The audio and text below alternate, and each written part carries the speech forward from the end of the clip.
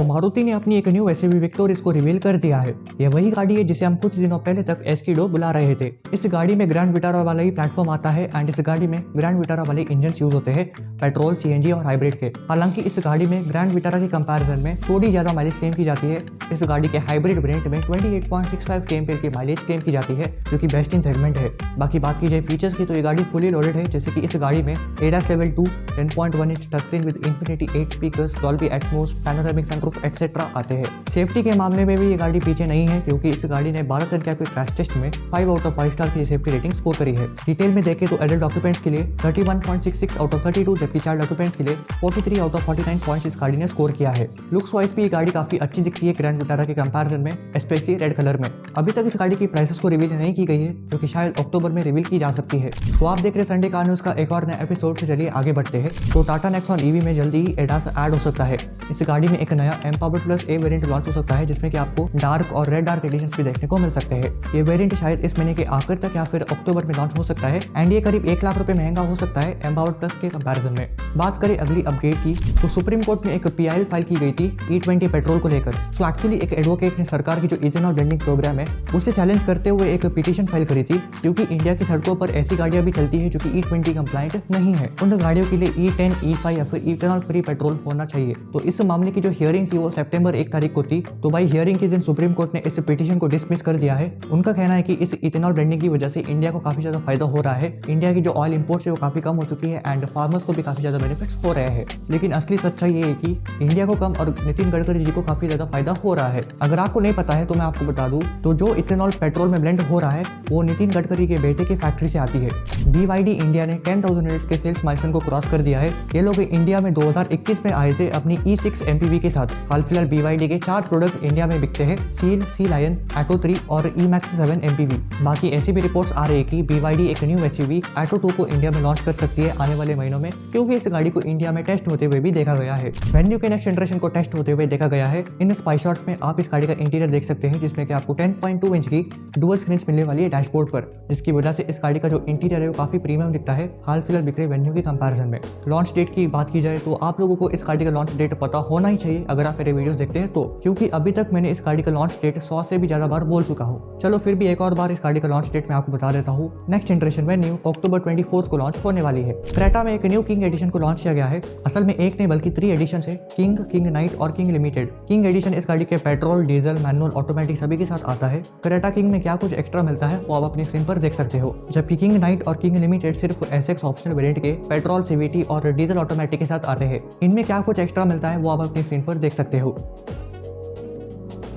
Honda elevate को भी upgrade किया गया है। अब इस कार के टॉप वेरिएंट ZX में बेज इंटीरियर का भी ऑप्शन आता है। ऑल्सो इस गाड़ी के टॉप वेरिएंट में 360 degree camera and ambient lighting ऐसा एक्सेसरी ऑफर की जा रही है। इसके अलावा इस गाड़ी के सभी वेरिएंट्स में एक न्यू ग्रिल को भी ऑफर किया जा रहा है ऐसा एक्सेसरी, जो कि देखने में पुराने ग्रिल से काफी बेहतर दिखती है। हालांकि अगर आप इस कार का सिग्नेचर ब्लैक एडिशन खरीदते हैं तो ये न्यू ग्रिल आपको एज स्टैंडर्ड मिलती है उस वेरिएंट में। तो आप सभी लोगों को याद ही होगा कि जुलाई में टेस्ला वालों ने अपनी मॉडल Y को इंडिया में लॉन्च किया था 59.89 लाख रुपीस में। तो भाई टेस्ला के हिसाब से इनको करीब 600 बुकिंग्स मिल चुकी है मॉडल Y गाड़ी के लिए, जो कि आई थिंक सच नहीं है, क्योंकि टेस्ला को काफी बार झूठ बोलते हुए भी पकड़ा गया है। तो रियलिटी मेरे हिसाब से अराउंड 300 से 400 बुकिंग्स हो सकती है, क्योंकि फिर भी ठीक है इस गाड़ी के लिए। ऑब्वियसली लोग तो पागल है नहीं टेस्ला पर 70-80 लाख रुपए खर्च करने के लिए। क्रेटा इलेक्ट्रिक को भी अपग्रेड किया गया है। प्राइसिंग की बात करें तो ये गाड़ी 18.02 लाख रुपए से शुरू होकर 24.39 लाख रुपीस की मिलती है। इस गाड़ी में कुछ न्यू वेरिएंट्स को इंट्रोड्यूस किया गया है, जैसे कि इस गाड़ी के 42 किलोवाट की बैटरी में executive tech and excellent variant को लॉन्च किया गया है एंड 51.4 किलोवाट की बैटरी में एग्जीक्यूटिव ऑप्शन वेरिएंट को लॉन्च किया गया है। इसके अलावा जो फीचर्स आपको टॉप वेरिएंट में मिलते थे वो अब लोअर वेरिएंट्स में ऐड हो चुकी है एंड कुछ न्यू फीचर्स को भी इस गाड़ी के टॉप वेरिएंट में ऐड किया गया है। एक और अच्छी बात यह है कि जो 51.4 किलोवाट की बैटरी है उसकी रेंज को भी बढ़ा दी गई है 510 किलोमीटर को, जो कि पहले 473 किलोमीटर की थी। तो भाई फाइनली सरकार ने गाड़ियों पर लगने वाली GST को कम कर दिया है। डिटेल्ड GST कार्ड्स आप अपनी स्क्रीन पर देख सकते हैं। मोटा मोटा देखें तो अंडर 4 मीटर की जो गाड़ियां हैं उन पर पहले अराउंड 29 to 45% का जीएसटी लगता था, जो कि अब घटकर 18 to 40% का हो चुका है। 43 to 50% का टैक्स लगता था, जो कि अब घटकर 40% का रह गया है। इस जीएसटी कट अनाउंसमेंट के बाद टाटा, महिंद्रा, रेनो, टोयोटा और मर्सिडीज वालों ने कहा है कि वो लोग ये सारे बेनिफिट्स कस्टमर्स को पास ऑन कर देंगे, तो काफी अच्छी बात है। इसके अलावा भाई महिंद्रा एक और स्टेप आगे है, क्योंकि ये जो जीएसटी कट है वो सितंबर 22 तारीख से एप्लीकेबल है, लेकिन महिंद्रा अपने कस्टमर्स को सितंबर 6 से ही ये प्राइस कट ऑफर कर रही है। i20, अल्कजार और क्रेटा इलेक्ट्रिक के 9 एडिशन को लॉन्च किया गया है। प्राइसिंग की बात करें तो i20 9.14 लाख रुपए से शुरू होकर 11.52 लाख रुपए की मिलती है, अल्कजार 21.65 लाख रुपए की, जबकि क्रेटा इलेक्ट्रिक 21.44 लाख रुपए से शुरू होकर 24.54 लाख रुपए की मिलती है। इस नाइट एडिशन में ऑल ब्लैक एक्सटीरियर्स और इंटीरियर्स आते हैं।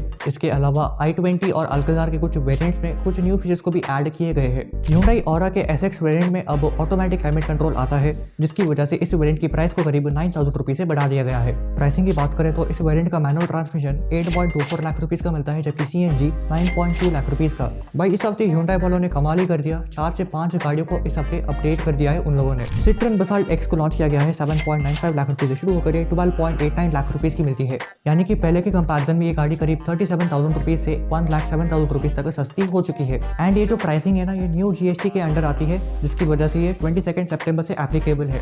लुक्स वाइज कोई भी बदलाव नहीं है, लेकिन आप फीचर्स में एड ऑन्स किए गए हैं, जैसे कि push start button, ventilated seats, 360 degree camera, cruise control, LED headlamps, LED fog lamps, auto dimming IRVM, white ambient lighting. इसके अलावा लेदर सीट्स आती है, डैशबोर्ड पर भी लेदर वर्क है एंड एक AI असिस्टेंट कारों को भी इंट्रोड्यूस किया गया है। तो इस हफ्ते की आखिरी न्यूज है कि विनफास्ट VF6 और VF7 को लॉन्च किया गया है। बात करें VF6 की तो ये 16.49 लाख रुपए से शुरू होकर 18.29 लाख रुपए की आती है। इस गाड़ी में 59.6 किलोवाट की बैटरी मिलती है, जो कि करीब 204 bhp की पावर एंड 310 Nm का टॉर्क प्रोड्यूस करती है। अराउंड 480 किलोमीटर की रेंज इस गाड़ी में क्लेम की जाती है। वही VF7 20.89 लाख रुपए से शुरू होकर 25.49 लाख रुपए की मिलती है। इसमें 70.8 किलोवाट की बैटरी आती है, जो कि फ्रंट व्हील ड्राइव के साथ 204 bhp की पावर एंड 310 Nm का टॉर्क प्रोड्यूस करती है, जबकि ऑल व्हील ड्राइव के साथ 350 bhp की पावर एंड 500 Nm का टॉर्क प्रोड्यूस करती है। रेंज की बात करें तो फ्रंट व्हील ड्राइव में 450 किलोमीटर, जबकि ऑल व्हील ड्राइव में 431 किलोमीटर की रेंज क्लेम की जाती है। VF6 एक क्रेटा इलेक्ट्रिक की कॉम्पिटिटर है, जबकि VF7 हैरी रीवी की कॉम्पिटिटर है। एक और बात, इस गाड़ी का प्रोडक्शन इंडिया में नहीं होता है, बल्कि बाहर से इस गाड़ी की जो किट्स है वो इंपोर्ट होती है और यहाँ पर इस गाड़ी की लोकल असेंबली होती है, जिसकी वजह से इस गाड़ी पर 30% की कस्टम्स लगती है और कस्टम्स लगने के बाद भी ये गाड़ी काफी वैल्यू फॉर मनी है। तो यही थी पिछले हफ्ते की थोड़ी बहुत कार न्यूज। बाकी अगर आप जानना चाहते हैं पुरानी और न्यू काइगर में क्या क्या डिफरेंसेस है, तो लेफ्ट वाली वीडियो को देखें। मिलते हैं नेक्स्ट वीडियो में, तब तक के लिए गुड बाय।